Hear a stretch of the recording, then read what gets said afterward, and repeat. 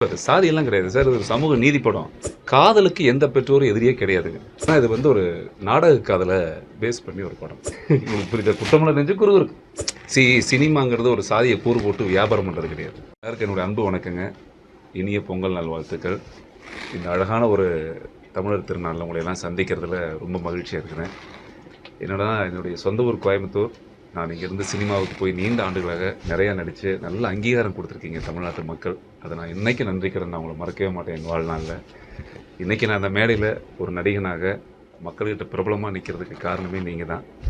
So அதுவும் இந்த மண்ணு குறிப்பாக என்னென்னா, நான் இந்த மண்ணை சேர்ந்தவன், கோயம்புத்தூர் மாவட்டத்தை சேர்ந்தவன். ஸோ இந்த பகுதியில் நான் 8 வருஷம் இப்போ நடிக்கலைங்க. ஒரு 6-8 வருஷம் ஆச்சு நான் நடிக்கலை. நீண்ட நாட்களுக்கு பிறகு ஒரு படம் டைரக்ட் பண்ணி அந்த படத்தில் நானே ஒரு முக்கிய பாத்திரம் நடிச்சிருக்கிறேன். என்னோட நிறைய புதுமுகங்களை அறிமுகப்படுத்தியிருக்கேன். இதில் ஒரு பெரிய சிறப்பு என்னன்னு கேட்டிங்கன்னா, இந்த புதுமுகங்கள் எல்லாருமே இந்த கொங்கு மண்டலத்தை சேர்ந்தவங்க தான். அது எஸ்பெஷலி கோயம்புத்தூரை சேர்ந்தவங்க. நிறைய புதிய கலைஞர்களுக்கு வாய்ப்பு கொடுத்துருக்குறேன். இதில் இம்மான் அண்ணாச்சி நடிச்சிருக்கிறாங்க. அப்புறம் என்னுடைய அன்பு சகோதரர்கள், அழகான தொழில்நுட்ப கலைஞர்கள் எனக்காக மிகப்பெரிய ஒத்துழைப்பு கொடுத்துருக்குறாங்க. இந்த படம் பெரிய பிரபல நட்சத்திரங்கள்லாம் இல்லாத ஒரு படம்.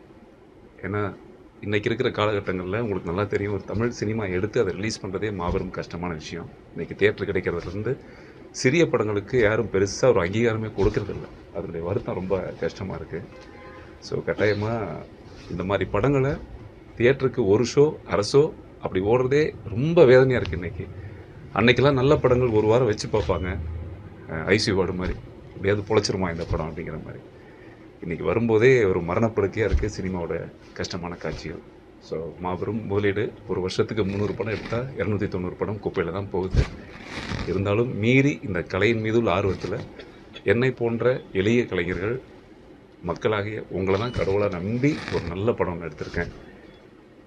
இந்த படத்துக்கு நீங்கள் பேர் ஆதரவு கொடுக்கணுன்னு நான் எல்லாத்தையும் வேண்டிக்கிறேன். அதனுடைய முதல் சிறப்பு காணொலி ஒரு டீசர் இன்றைக்கி நான் உங்கள் மூலமாக நான் இன்றைக்கி வெளியிட போகிறேன்.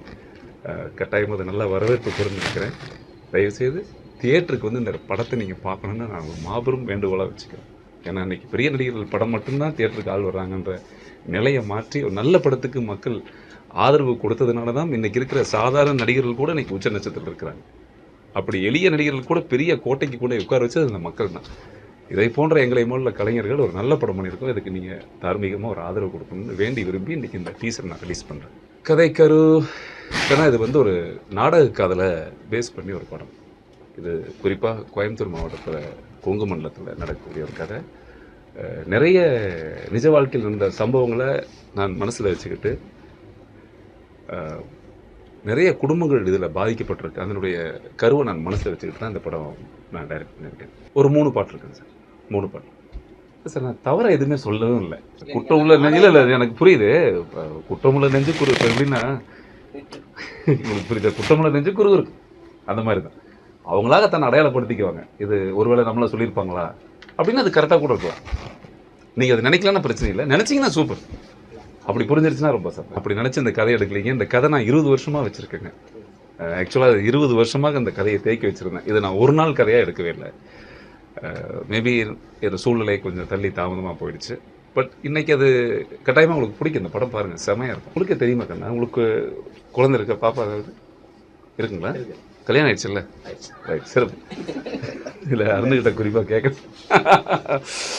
சாரி, பர்சனலாக நினச்சிக்காதீங்க, சும்மா சொல்லுங்கள். என்னென்னா இன்றைக்கி கண்ணா உங்களுக்கு நல்லா தெரியும், நம்ம ஊரில் அது மகனாக இருக்கட்டும் மகளாக இருக்கட்டும், ஒரு பெத்த அம்மா அப்பாவுடைய வாழ்க்கையே தன் பிள்ளைகளுக்கு பிறகு ஒரு வம்சம், ஒரு வாழ்க்கை, ஒரு கலாச்சாரம் ஒன்று இருக்குது. சரியா? எல்லாத்தினுடைய பெற்றவங்களுடைய கனவுகளே நாளைய தலைமுறைக்கான தேடுதல் தான் அவங்களுடைய வாழ்க்கை. அதுவும் குறிப்பாக சொல்லப்போனால் நம்ம வீட்டில் பெண் பிள்ளைங்களை நம்ம சாமியாக நினைக்கிற காலமெல்லாம் உண்டு இல்லையா? அதான உண்மை.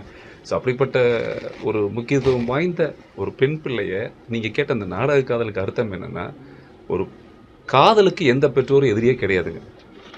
காதலுக்கு எந்த பெற்றோரும் எதிரியே கிடையாது.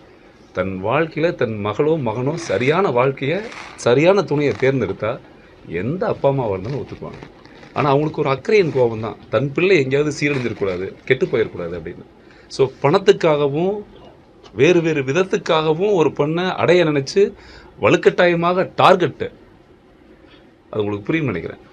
சரியா? அந்த டார்கெட்டில் பண்ணக்கூடியது தான் அந்த நாடக காதல். ஸோ அதை தான் நான் இந்த கதையில் சொல்லியிருக்கிறேன். அது மிக ஆழமாக சொல்லியிருக்கேன். இப்போ மாட்டுக்கறி சாப்பிட்றவங்களுக்குலாம் அது கோபமாக இருக்குன்னு நினைக்கிறீங்களா, இல்லை பாராட்டுவாங்களான்னு? மேபி இந்த மாட்டுக்கறி சாப்பிட்றவங்களுக்கு இது ஒரு கோபமாக வந்தால் அதை நான் பாராட்டேன். ஏன்னா மாட்டுக்கறி சாப்பிட்றவங்களாம் நான் வில்லனாக சித்தரிக்கணுங்கிறது நான் சொல்கிறது. இப்போ நான் மாட்டுக்கறி சாப்பிடாதேன், சரிங்களா சார்? நான் ஒரு விவசாயி. நான் வந்து இன்றைக்கி கூட காலையில் மாட்டுக்கு சாமி கும்பிட்டுட்டு தான் மாட்டு பொங்கல் அன்றைக்கி இந்த டீச்சரை வெளியிடணும்னு வந்தேன். ஸோ நான் அதை கும்பிட்டுட்டு தான் வரேன். என்னுடைய விஷயம், நான் வந்து மாடை தெய்வமாக வணங்குறாங்க. இந்த மாட்டை சாப்பிட்றதுக்குன்னு ஒரு குரூப் இருக்குது. இப்போ ஃபார் எக்ஸாம்பிள் எடுத்துக்கிட்டிங்கன்னா, சினிமாவில் நீண்ட நாட்களாக ஒரு காட்சியை காட்டுவோம். ட்ரிங்க் பண்ணால் ஆல்கால் பண்ணால் ஒரு வில்லன் வரும்போதே தம் அடிச்சுட்டு வரணும். ஒரு வில்லன் வரும்போதே சரக்கு அடித்தா தான் ஒரு பெரிய வில்லன்ற ஒரு இது வந்து சினிமாவில் எக்ஸாகரேஷன், ஒரு விஷயத்த கற்பனையில் பெருசாக காட்டுறது. நான் இந்த விஷயத்தில் இதில் சினிமா வரக்கூடிய போலி வில்லனுகளையோ சினிமாவில் வரக்கூடிய ஒரு ஒரு மாயையான நடிகர்களையோ அதில் காட்டல. நான் ஒரு வாழ்க்கை நடந்தக்கூடிய நிறைய கலெக்ஷனுடைய தொகுப்பு நான் இந்த படமாக பண்ணியிருக்கிறேன். இதில் நிறைய நிஜ சம்பவங்கள் இருக்குது. ஸோ அதனால் இது நான் வந்து முழு காரணத்தையும் இந்த மாட்டுக்கறிக்கான விஷயத்தை சொல்லும் போதும் முழு காரணம் கதையும் நீங்கள் படமாக பார்த்தீங்கன்னா ரொம்ப சூப்பராக இருக்குன்னு நான் மனசில் சொல்கிறேன். ஏன்னா முழு திரைக்கதையும் நான் சொல்கிறதுக்கு மனசு டைங்க. அப்போ சரி, இதை விட கேவலமாகலாம் சொல்லியிருக்கேன். நான் சொல்கிறது உங்களுக்கு புரியுதில்ல? நான் யாரையும் குறிப்பிட்டு பேர் சொல்ல விரும்பலை. நிறைய சமூக படங்கள்ன்ற பேரில் நிறைய அவலங்களை நீங்கள் பத்திரிக்கையாளர்கள் நீங்களும் பார்த்துருப்பீங்க. பச்சை பச்சையான வார்த்தைகள், கொடுமையான ஒரு சமுதாய பிரிவுள்ள படங்கள்லாம் நிறையா வந்திருக்கு. பட் நான் இதை சமுதாயத்தை பிரிக்கிறதுக்காக எந்த வார்த்தைகளையும் பயன்படுத்தலை. சமுதாயத்தை இணைக்கிற படமாக தான் இந்த படம் இருக்கும்.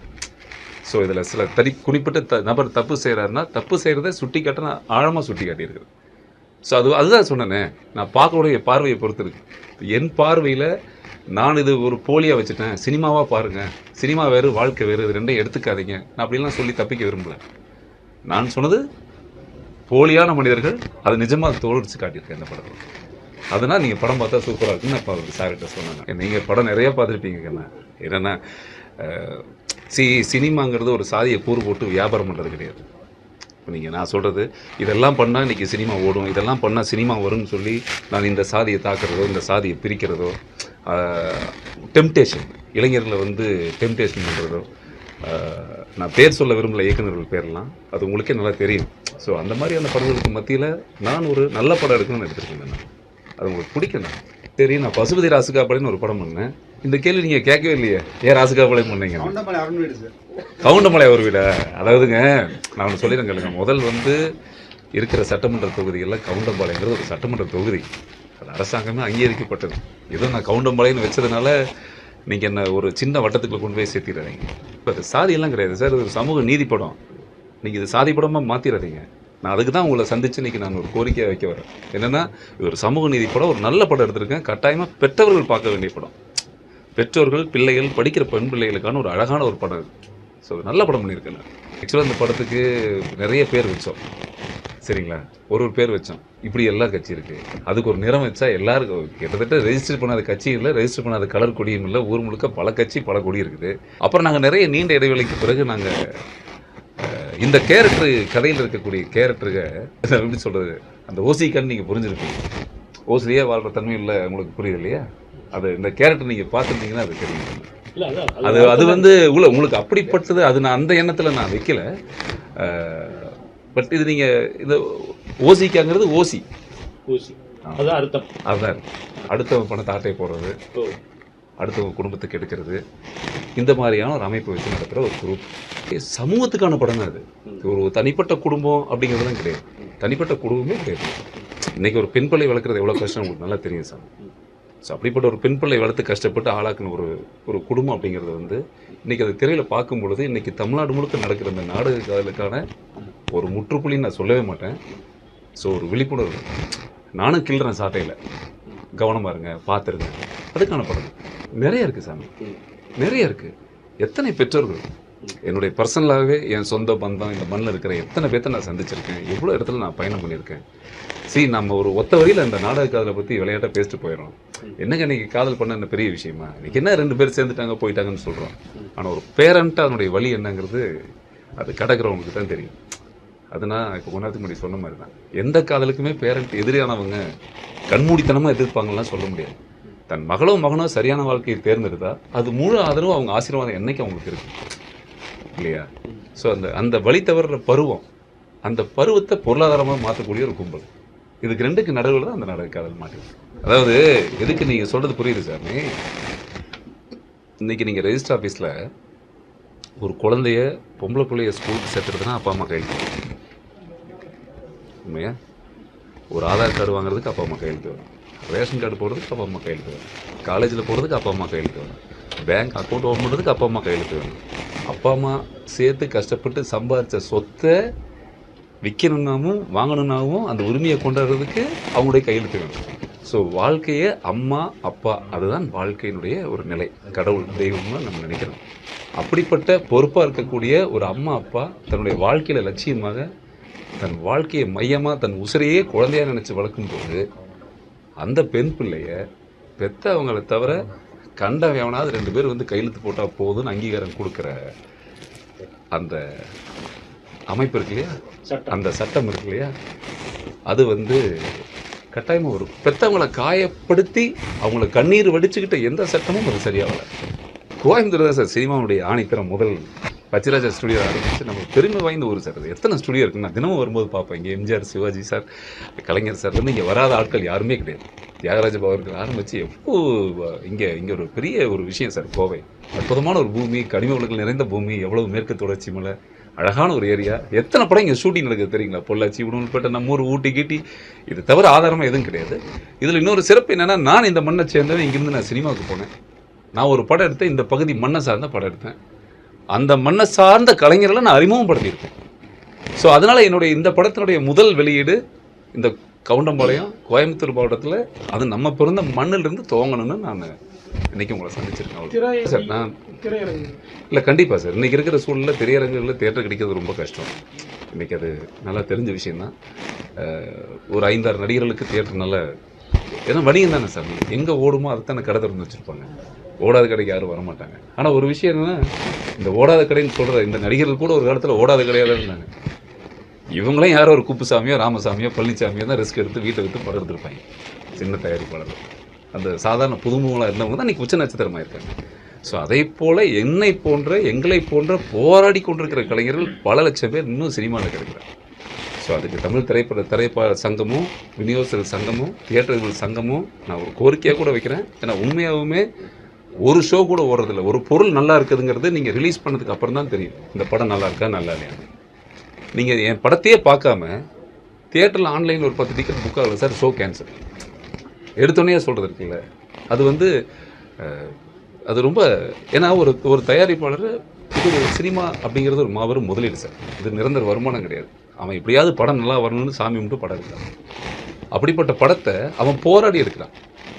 அவன் போராடி எடுக்கிற ஒரு படத்துக்கு நீங்கள் ஒரு 2 நாளோ 3 நாள் கூட அவகாசம் கொடுத்து யாராவது வருவாங்களான்ற, நீங்களும் இந்த போராட்டத்தில் உங்களுக்கு உடையும் உசிரையும் உடம்பையும் கொடுக்க வேணாம். ஒரு அட்லீஸ்ட் ஒரு சுண்டு விரல் கொடுத்து ஒரு நாளாவது தியேட்டரில் வச்சு பார்க்கணும்.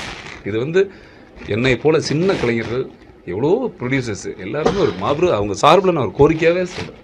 ஏன்னா அதனால தான் இந்த இண்டஸ்ட்ரி இப்படி இருக்குது சார். இது ஆக்சுவலி February 14th பிளான் பண்ணுறேன் சார். சார் கேட்ட மாதிரி உங்களுக்கு தியேட்டர்லாம் கிடைக்குமான்னு கேட்டார். ஒரு 80 கோடி பிளான் பண்ண தலைவர், ஒரு படம் பண்ணணுன்னு, ஒரு மாபெரும் படம் ஒன்றுன்னு ஆசைப்பட்டேன். ஆமாம், ஒரு வரலாற்று படம் ஒன்று பண்ணணுன்னு ஆசைப்பட்டேன். அது என்னுடைய கனவாகவே இருக்குது. இந்த படத்தில் பட்ஜெட்டே எங்களுடைய உழைப்பு தான். என்னுடைய உழைப்பு தான். என்னை போல எனக்கு பின்னாடி என்னோடு பயணித்த அத்தனை கலைஞருடைய மாபெரும் உழைப்பு இந்த படத்தில் அறிகிறது. எங்களுடைய உழைப்பே இந்த படத்துடைய மூலதனம். சமூகத்தில் நடக்காத எந்த விஷயத்தையும் நான் சொல்லிடவும் இல்லை, நடக்காத ஒரு புதிய விஷயத்தை நான் கால் உணவும் இல்லை. நடக்கிற அவலங்களை சுட்டி காட்டியிருக்கேன். இதுக்கு எதிர்ப்பு வரும் அப்படிங்கிறத நான் எதிர்பார்க்கவும் இல்லை. அது எதிர்ப்பு வந்து அதை பற்றி நான் கவலைப்பட போகிறது சார். இதை அவாய்ட் பண்ணுறதுக்கு இது எப்படின்னா, இதோ தெரியாமல் நடந்துருச்சுன்னு சொல்லிட முடியாது. தெரியாமல் வண்டி மோதிட்டேன், நான் தெரியாமல் ஒரு காட்சி வச்சுட்டேன், இது தெரியாமல் நடந்துச்சு அப்படிங்கிறதெல்லாம் கிடையாது. இது எல்லாருமே தெரிந்து எடுக்கப்பட்ட படம் தான். மதத்தினுடைய பிளவும் சாதிய பிளவுகளும் திட்டமிட்டு செய்யக்கூடிய ஒரு சதி. மக்களை பிளவுபடுத்துறதுங்கிறது ஒரு திட்டமிட்ட செயல் தான். சரிங்களா? இப்போ நான் இந்த மாதிரி ஒரு படம் எடுக்கிறேன். இப்போ என்னை பார்த்து நீங்கள் சொன்னக்கூடிய வேற ஆட்கள் இப்போ என்னை பார்த்து அவங்க சொல்கிற ஒரு சிம்பிள் காம்ப்ளிமெண்ட் என்ன தெரியுங்களா? சாதி படம் எடுத்திருக்கான், இந்த நீ ஒரு சாதி படம் எடுத்திருக்க. ஸோ அந்த டிச்சுக்குள்ளே இப்போ நானும் வந்துடுவேன். இப்போ நான் எடுத்த எவ்வளோ முயற்சி எடுத்தாலும் என்னுடைய 30 ஆண்டு காலம் நான் 100 படம் நடிச்சிருக்கேன். எத்தனையோ படங்கள் கடந்து வந்தாலும் எனக்கு நல்லா தெரியும் அந்த டிச்சுக்குள்ளே நானும் இறங்கிடுவேன். என்னை இறக்கிடுவாங்க. இறக்குனா தான் அது சரி வரும் அவங்களுடைய பார்வையில். அப்போது நான் அந்த பார்வையில் இந்த ஒரு சாதிய கண்ணோட்டத்தோடு நான் இருக்கவே இல்லை. நான் ஒரு சமூக நீதியாக என் மைண்டுக்குள்ளே நான் பார்த்த சமூகம், நான் பார்த்த கலாச்சாரம், எனக்கு நான் யோசித்த விஷயத்தில் ஒரு படம். ஸோ அதனால் இதை விற்று ஒரு சாதியை விற்று பிழைக்கணுங்கிற அவசியம் அதுக்கு கைவண்டிதல் கூட பிழைச்சிக்கலாம்.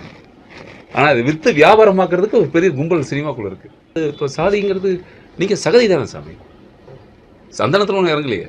இப்போ நான் வந்து இப்போ இங்கே இத்தனை பேர் இருக்கோம், நான் என்ன சாதி, நீங்கள் என்ன சாதி, நீங்கள் என்ன சாதி நான் கேட்டு நான் சொல்லிட முடியாது. நான் சொல்கிறது உங்களுக்கு புரியுதில்ல.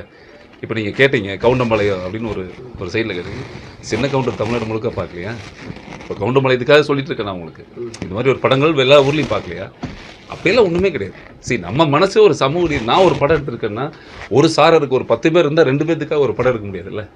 எல்லாத்துக்கும் சேர்ந்து ஒரு படம் எடுத்திருக்கேன். இன்னைக்கு நிறைய சார், அன்னைக்கு நிறைய யூடியூப், இன்னைக்கு செல்ஃபோன் வந்துருச்சு சாமி. இன்னைக்கு நிறைய யூடியூப்ஸ் கிடையாது, எந்த விஷயம் கிடையாது.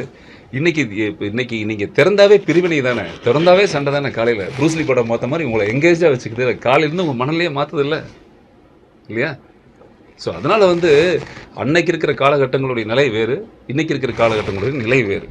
ஸோ இன்றைக்கி இப்போ நான் இந்த ட்ரெய்லர் காட்டும்போது உங்கள் மனசுக்கு 1000 கேள்வி வந்தது இல்லை சாமி. இப்போ எல்லா சாதிகளும் நிறைய இயக்குநர்கள், நீங்கள் சொன்னது கரெக்டு தான், இந்த இளைஞருடைய பாதையை திசை திருப்புறாங்க, அடுத்து வரக்கூடிய சந்ததியுடைய மனசை மாற்றுறாங்க. ஸோ அது நீங்கள் புரிஞ்சிக்க வேண்டிய விஷயம். ஆணுக்குமே கல்யாணம் பண்ணி, அது உங்களுக்கு புரியுது இல்லையா? நிறைய விஷயங்கள் நம்ம அசிங்கமாக இருக்குது. இதை கூட நம்ம வாயால் யார்கிட்டையும் நான் பதிவு பண்ணக்கூடாதுன்னு நினைக்கிறேன். இதை கூட நம்ம தெரிஞ்சவங்க இந்த கருத்தை கூட பார்த்துடக்கூடாது அப்படின்னு மனசுக்குள்ள நினைக்கிறேன். ஏன்னா அவங்களுடைய முற்றிலும் அவங்க சிந்தனை மாறுபட்டது. நான் வடக்கால போகிறேன்னா அவங்க வேறு திசையில் போயிட்டுருக்காங்க. ஸோ அது உலகம் போகிற போக்கில் நம்ம இயங்குறோம், அவங்க வேறு இயக்கத்தில் இயங்குறாங்க. அது பணம் பண்ணுறதுக்கான ஒரு யுக்தி தான் சார். நீங்கள் பணம் பண்ணணும், அப்புறம் ஒன்றா இருந்துட்டா இந்த சாதி சண்டை போட முடியாதுல்ல. நாங்கள் எல்லாருமே ஒன்றா இருக்கிறோம், அண்ணன் தம்பி மாதிரி இருக்கோன்னா எதுக்கு சண்டை வரப்போகுது இல்லையா? உங்களை பிரித்து வச்சு அடிக்கணும், பிரித்து நான் உங்களை துவைக்கணும். அதில் தான் காசு. வாழ்நாள் முழுக்க நீங்கள் இப்படி தான் இருக்கணும். அதான் வணிகமாக்குறாங்க, அவ்வளோதான். என்கிட்ட தப்பாக நினச்சிக்காதீங்க சார். பொருளாதாரம் தான் சார் வாழ்க்கையை தீர்மானிக்குது. பொருளாதாரம் தான் தீர்மானிக்குது. நான் எத்தனையோ கலைஞர்கள் சினிமாவிலையும் பார்த்துருக்கேன், பொது வாழ்க்கையிலையும் பார்த்துருக்கேன், எங்கள் ஊர்லேயும் பார்த்துருக்கேன். நல்லா வசதியாக வாழ்ந்தவங்களும் பார்த்தேன். எனக்கு வழி இல்லை, வீட்டை வந்துட்டு நடுத்தருவுக்கு வந்துட்டேன். திருப்பூரில் எவ்வளோ பேர் பின்னடை நிறுவனம் நடக்குது, கடலில் தாங்க முடியாமல் நல்ல வாழ்க்கையில் வாழ்ந்த பாதி பேர் ஒரு உடமையெல்லாம் இழந்து நடுத்தருவுக்கு வந்தவங்க இருக்காங்க. சென்னையில் மழை வெள்ளத்தில் பாதிக்கப்பட்டு, இப்போ தூத்துக்குடி திருநெல்வேலியில் பாருங்கள் எவ்வளோ நான் ஹெல்ப் பண்ணேன் என் ஃப்ரெண்ட்ஸுங்களுக்கு. அது சொல்லக்கூடாது, சொல்கிறேன். தன்னுடைய ஒர்க் ஷாப் போச்சு, வீடு போச்சு, எல்லாம் போச்சு. கடைசியில் வாழ்வாதாரம்ங்கிறது என்ன தெரியுங்களா? வசதி இல்லாதவனுக்கு நீங்கள் சேரின்னு வச்சுக்கூடாது. பொருளாதாரம் தான் உங்கள் வாழ்க்கையை தீர்மானிக்குது. காசு இருக்கிற, இப்போ எங்கிட்ட காசு இருக்குன்னு வச்சுங்களேன் சார், நான் எங்கள் அடையார் போட் கிளப்பில் கூட கோபாலத்தில் கூட ஒரு 10 கோடி ரூபாய்க்கு, ஒரு 50 கோடி ரூபாய்க்கு ஒரு வீடு வாங்கிடுவோம்ல. அதுதான் இப்போ அதை தான் சொல்லிட்டு இருக்கேன். நீங்கள் திரும்ப அதை சொல்ல நான் அந்த படத்தில் சொன்ன கருத்து அதில் ஒன்று இருக்குது. இந்த சாதி, இந்த சேரி, இது எல்லாம் வந்து ஒரு ஆறிப்போன தழும்பு மாதிரி. அதை திரும்ப நீங்கள் வெட்டிக்கிட்டே இருந்தீங்கன்னா அது ஆறாது. அது ஆறக்கூடாதுங்கிறது தானே எல்லாத்துடைய நோக்கம். ஆறணுங்கிறது நம்ம நோக்கம். அவ்வளோ. நிறைய பேர் நான் திட்டுவாங்க, நிறைய பேர் ஏதாவது சொல்லுவாங்க, ஒரு பேர் வைப்பாங்க, நிறைய பேர் ஒரு பேர் வைப்பாங்க, ஏதாவது ஒன்று பண்ணுவாங்க. நான் அதை பற்றியில் எதுவும் கவலைப்படலை சார். இருந்து சார், இப்போ கூட நான் எந்த அரசியல் கட்சியில் இல்லை. ஆனால் அரசியல் என்பது ஒரு தனிப்பட்ட மாணவனுக்கும், ஒரு அரசியல் என்பது தனிப்பட்ட ஒருத்தருக்கும் மிக தேவையான ஒன்று. அது வந்து மறுத்தரவே கூடாது. நான் வந்து அரசியலுக்கு போகிறேன், அரசியலுக்கு வரல, ஒரு வெளியே வந்துட்டாங்கிறதுலாம் இல்லை. அரசியல் இல்லாத இன்றைக்கி வாழ்க்கையே கிடையாது. யாரோ ஒருத்தரை சார்ந்து தான் இருப்பாங்க இல்லையா? ஏன்னா வருமான வரி கட்டுறோம், நமக்கான அப்பா அம்மாவை தேர்ந்தெடுக்கிற மாதிரி, நம்ம அப்பா அம்மா நம்ம வீட்டை பார்த்துக்கிற மாதிரி நாட்டை பார்த்துக்கிறதுக்கு நல்ல ஒரு ஆட்கள் வரணுங்கிறது தான் எல்லாத்தோட நிலையும். சமூக பணி செய்கிறதுங்கிறது எப்பவுமே விருப்பம் தானே சார். நான் அது பிஸ்னஸ் பண்ண அரசியலுக்கு வரக்கூடாது. இன்றைக்கெல்லாம் அரசியலுங்கிறது ஒரு வியாபாரமாக ஆயிடுச்சு.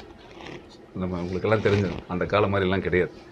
இந்த மனுஷன் இப்படி இருந்தார், இன்றைக்கி பார்த்தியாரா இத்தனை லட்சம் கோடி வச்சுருக்கிறாரு, பெரிய இந்த இடமெல்லாம் அவரு தான், இந்த ஊர் 10 காலேஜ் வச்சுருக்கிறாரு. அதுதான் அடையாளமாக இருக்குது.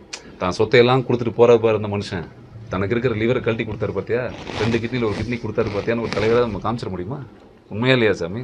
உசுரை கொடுத்த மண்ணில் பிறந்திருக்கிறோம். ஒரு தீரன் சின்னமலை ஆகட்டும், இந்த மாதிரி நாட்டுக்காக, இந்த நாட்டுக்காக வேலுநாச்சியால் ஆரம்பித்து இந்த சுதந்திரத்துக்காக பல தலைவர்கள் நம்ம ஊரில் விலையை நிறுத்து போராடி இந்த பூமிக்குள்ளே குருதியாக விதைஞ்சிருக்கிறாங்க. அப்படிப்பட்ட பூமியில் தான் இன்றைக்கி அரசியல் இருக்குது. ஒரு கோட்டருக்கும் கோழி பிரியாணிக்கு தான் இன்றைக்கி மக்கள் வேலை போகிறாங்க. அது எவ்வளோ பெரிய சங்கடமான விஷயம். ஸோ இந்த அரசியல் திருத்தப்படணும்ல, இல்லை நீ மாறணும்ல சார். இல்லை சார், அதாவது நீங்கள் சொல்கிறதுனா இந்த படத்தோட பட்ஜெட் அப்படிங்கிறது என்ன தெரியுமா சார்? பெரிய நடிகர்கள் கிடையாது, அதுக்கு சொல்ல வந்து. ஆனால் பணம் இல்லாமல் எதுவும் செஞ்சிட முடியாது. பணம் வேணும் இல்லை, எந்த தொழில் செய்கிறதுக்கு ஒரு பணம் வேணும். பணம் இல்லாமல் எதுவும் செஞ்சிட முடியாது. முதலீடு இருக்குது, ஆனால் அந்த முதலீடு ஒரு வியாபார பொருளாக இவர் நினச்சிருக்கிறாரு, அவர் டைரக்ட் பண்ணியிருக்கிறாரு, இவர் வந்து தாய்லாந்தில் சாங் எடுத்தோம், அமெரிக்காவில் கப்பல் ஓட்டணுங்கிற கருத்தையெல்லாம் இல்லை. இது வந்து மண் சார்ந்து, நம்ம உறவு சார்ந்து, நம்ம கலாச்சாரத்தோட நம்ம ஊரில் எடுக்கப்பட்ட ஒரு படம். தங்கமே, நீங்கள் சொல்கிறது நேராகவே கேட்டுடலாம். எல்லாத்துலேயும் பணம் வாங்கிட்டு பண்ணேன்னு சொல்கிறீங்களா? எல்லாத்துக்கும் பணம் இருக்குது சாமி, எல்லாத்துக்கும் பணம் இருக்குது. நான் சொல்கிறது உங்களுக்கு புரியுதா? எல்லாத்துக்கும் ஒரு பணம் இருக்குது. பணம் இல்லாமல் எந்த மனிதனுடைய உழைப்பையும் யாரும் வாங்கிடவே முடியாது. நான் ரிஸ்க் எடுக்கலாம் சார், ஏன்னா இந்த கரு வெளியே வரணும், இந்த கதை வெளியே வரணும்னு நினைக்கலாம். நான் உங்களை கூப்பிட முடியாதுல்ல. இல்லை சார், இல்லை சார், இந்த மாதிரி அது இது நான் தான் சொன்னேன். 20 வருஷமாச்சு இந்த கதையை நான் வந்து 20 இயர்ஸாக அந்த கதையை வச்சுருக்கேன் நான். அதனால் இந்த குறிப்பிட்ட ஒரு திட்டமிடுதல், இந்த மாதிரி விஷயங்கள், அந்த மாதிரி இது சம்மந்தம் இல்லை. இது முழுக்க முழுக்க ஒரு நாடக காதல், சமுதாயத்தை பிரிக்கிற ஒரு கும்பலினுடைய ஒரு கதை, ஒரு அழகான ஒரு படம் சார். நான் என்ன சொல்கிறேன்னா, இப்போ நான் ஒருத்தர், நீங்கள் ஒருத்தர், அவர் ஒருத்தர், இவர் ஒருத்தர், எல்லோரும் நம்ம ஒரு குடும்பம். உங்களுக்கு ஒரு குடும்பம் இருக்குது. இப்போ அந்த குடும்பத்தில் அவங்கவுங்க ஒரு சமூகமாக இருப்பாங்க. இப்போ நான் ஒரு சமூகம் சாமி. நான் எந்த சமூகத்தையும் தாழ்ந்தோ உயர்ந்தோ பேசுவதற்கு எனக்கு எந்த உரிமையும் கிடையாது. ஆனால் நான் என் சமூகத்தை நான் மதித்து தான் ஆகணும். அது என்னுடைய சமூகம். அந்த சமூகம் என்பது அவன் தாய் மாதிரி, அவன் பெற்ற ஒரு தாய் மாதிரி. அவங்களுடைய உறவுகளுக்குள்ள தன் பிள்ளைகள் இப்படித்தான் நடக்கணும்னு அவங்க சத்தியம் வாங்குறதும், தன் பிள்ளைகள் இப்படி தான் போகணுன்றத உறுதிமொழி எடுக்கிறதும் அது அவங்களுடைய உரிமை. அதை நீங்கள் தவறாலாம் சொல்லிட முடியாதுல்ல. அது எப்படி தவறாக சொல்ல முடியும்? இளைஞர்களை சரியான நல்வழிப்படுத்துதலுக்கு 4 பெரியவங்க இருக்க தான் செய்வாங்க. அது ஒன்றும் இல்லை. இந்த கவனத்தை ஏன்டா குடிக்கிறீங்க எவனாவது கேட்டானா?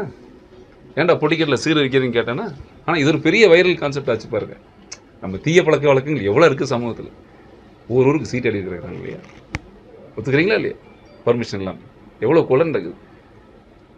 அதனால் இதோடைய கான்செப்டே வேறு, இந்த விஷயம் வேறு. நான் இருந்தாலும் நினச்சி பண்ணல சார். அதுக்கு எந்த தொடர்பு? ஏங்க, சமூக நீதி பேசுகிற கட்சிக்கு எதிராக இப்படிங்க நான் ஏன் சாமி? நான் ஒரு தனி மனிதன் சாமி.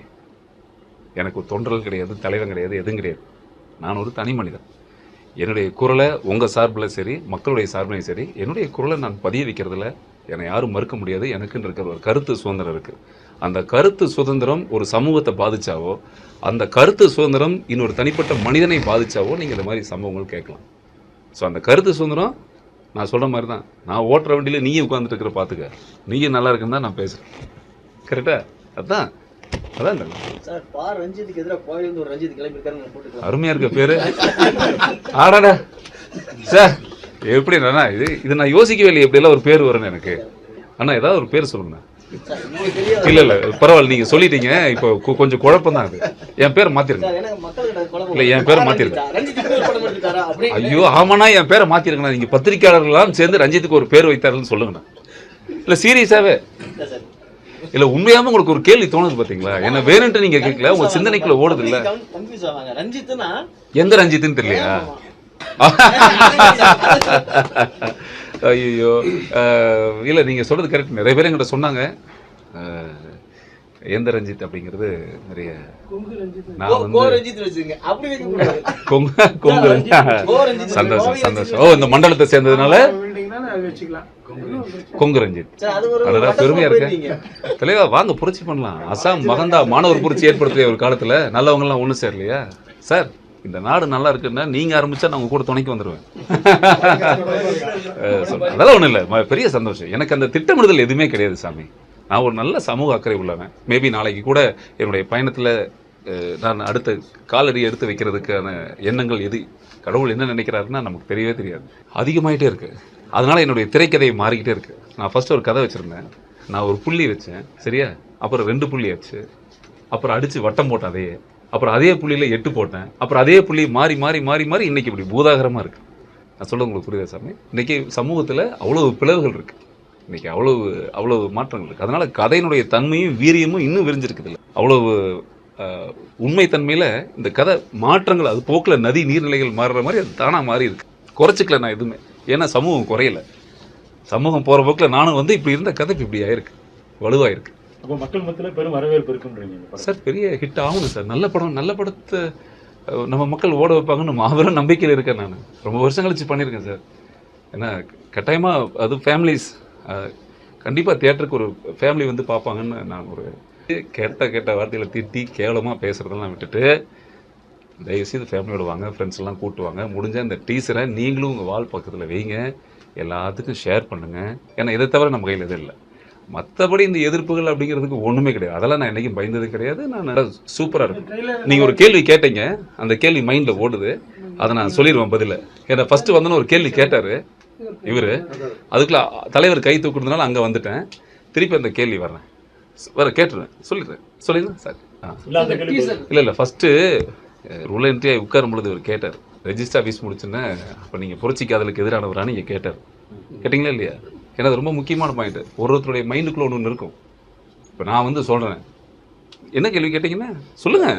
நீங்கள் வெளியே கேட்டது என்ன புரட்சி பண்ணீங்களான்னு என்ன கேட்டார் இப்போ உள்ள என்ட்ரி ஆகும்போது. அப்போ அவருக்குரிய மனதில் நான் புரட்சி பண்ணுற மாதிரி தெரியுது. இது புரட்சின்னு நினைக்கிறீங்களா? புரட்சி செய்கிற மாதிரி இருந்தால் போய் தமிழ்நாட்டில் ஐ திங்க் 7-8 லட்சம் கோடி கடனாக இருக்குன்னு நினைக்கிறேன். இந்த பல லட்சம் கோடி கடன் தீர்த்துக்கலாம். ஒரு புரட்சி பண்ணுற மாதிரி இருந்தால் ஒரு விவசாய புரட்சி பண்ணுங்கள்.